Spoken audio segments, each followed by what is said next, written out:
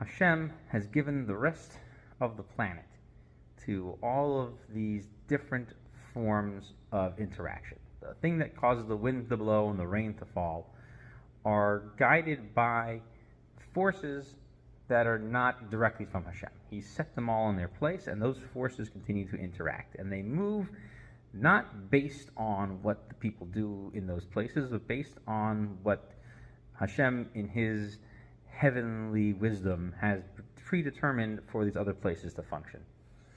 But we know that in the land of Israel, that God looks at it all the time, and we explain that later in not only in this parsha, but in the next parsha, that God looks at the land of Israel on a regular basis. This is in next week's parsha. So the Ramban says here that this feeling of feeling secure right here is because we're getting direct relationship from Hashem and direct hashgacha, direct watching after the Jewish people comes from Hashem. So when you move outside, when you are removed from the land, if you're going to treat this relationship as one that's not important, I don't really need Hashem in my life, I've got other things. The avodah zarah that you're feeling is what it feels like to be at the whim of other forces. You don't feel like you have a special relationship with the Kadosh Baruch Hu.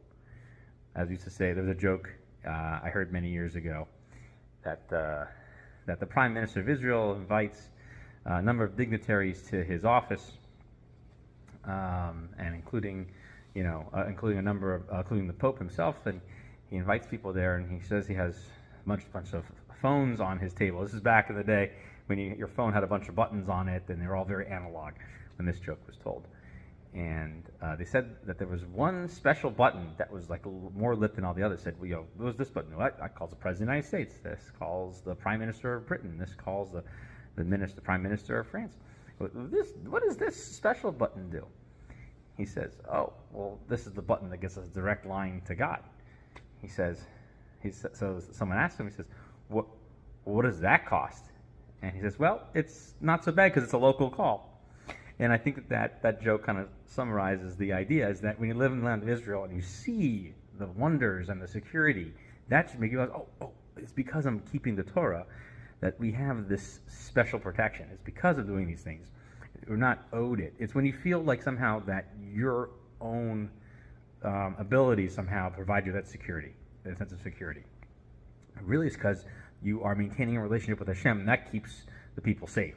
That's what keeps the country safe. That's what keeps Eretz Yisrael safe. And when you're in the outside the land of Israel, you will feel anti-Semitism at a greater rate than you would inside the land of Israel.